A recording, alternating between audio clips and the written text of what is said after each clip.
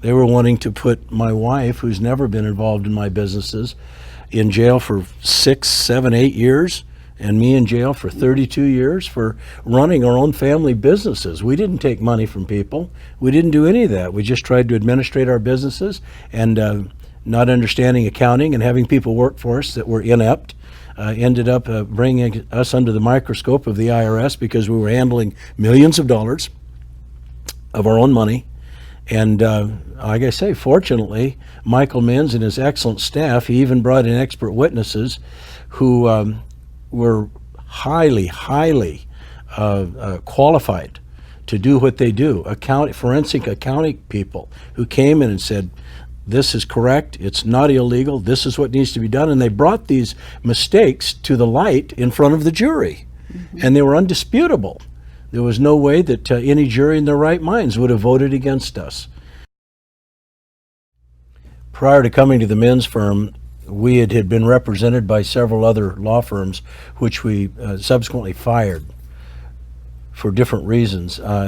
One attorney, who I found out after the fact, gathers large retainers and then pressures his clients into taking plea deals. He got fired for pressuring me to take a plea deal when I knew that I was innocent. The second attorney was afraid of the government and just didn't feel that they could ever be beaten. And when a plea deal was offered to me, he said, this is the best we're going to do. He got fired for making that statement.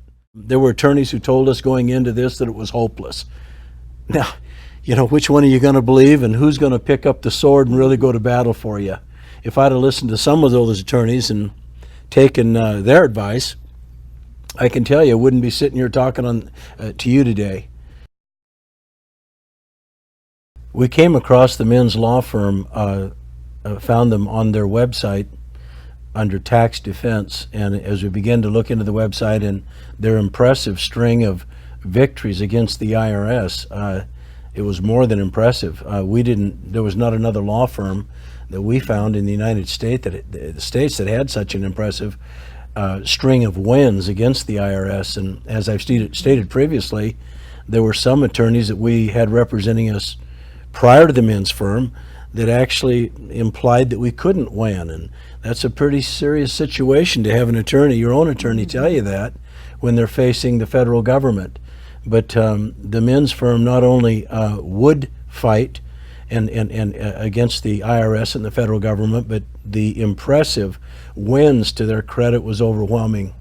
So when we came to the Menz firm, it was made very clear to me that there would be no pressure put on me either way to take a plea deal or to go to trial, because as was accurately stated to be by Mr. Menz, it is your life here that's on trial. We believed in our innocence, and so we decided to fight. And the Menz firm was 110% behind us. And that's what we did, and we won. They lived, ate, and slept my case. And I'm going to tell you what it showed when we got to the courtroom. They turned the government upside down, which they should have, because I was innocent. But unfortunately, in these United States, a lot of innocent people go to jail. And they were threatening to do that to us. Special IRS agent was testifying in my trial, and in his testimony made it abundantly clear to us and to the jury that the IRS basically does what they want to do, even including illegal things, things that are beyond the scope of their duties, beyond reasonable legality, like leaning property that you don't even own. And when he was questioned under oath, why did you lien property when it was clear that the defendant didn't own the property, nor has ever owned the property? He said, if you don't like it, sue me. Now, this is a federal agent speaking, which spoke so clearly and loudly to us and to the jury that they're basically a law unto themselves. They'll do whatever they're allowed to get away with. And thank God in our case with Michael Menz, he held their feet to the fire and we won. Michael Menz in the courtroom is like I say, in all my years of working with attorneys, I've not experienced the expertise, the professionalism, and Michael not sleeping at nights, working on my case when I was sleeping. I've never had that happen, except with the men's firm, and it sure showed up in court. Their case was systematically dismantled against me. The corruption, and it does exist in our government, was shown to be exactly that, corruptness. And most attorneys who wouldn't find it or didn't care to pay attention to it, it's that type of oversight that causes innocent people to go away. And I'm happy to tell you that those, not a rock was unturned in my case. It was thoroughly researched, thoroughly defended, and came out in a resounding victory. This is a timeline of events in my trial that was put together by Michael Menz, Ashley Arnett of the Menz Law Firm, and was such a critical tool in the trial to prove the fallacy of the prosecution's argument. One of which was a trust being set up years before a supposed crime had taken place of my putting or taking real estate in or out of an entity, when it was in trust long before that. When a jury can see how events actually flow out like this, then the fallacies of the prosecution argument really comes to light. And this here timeline was used in many instances to do just that. One other thing that I really appreciated about this thorough timeline outlining all that I was accused of at my trial was that it gave an opportunity for me, the defendant, to actually show the jury the business that I was involved in.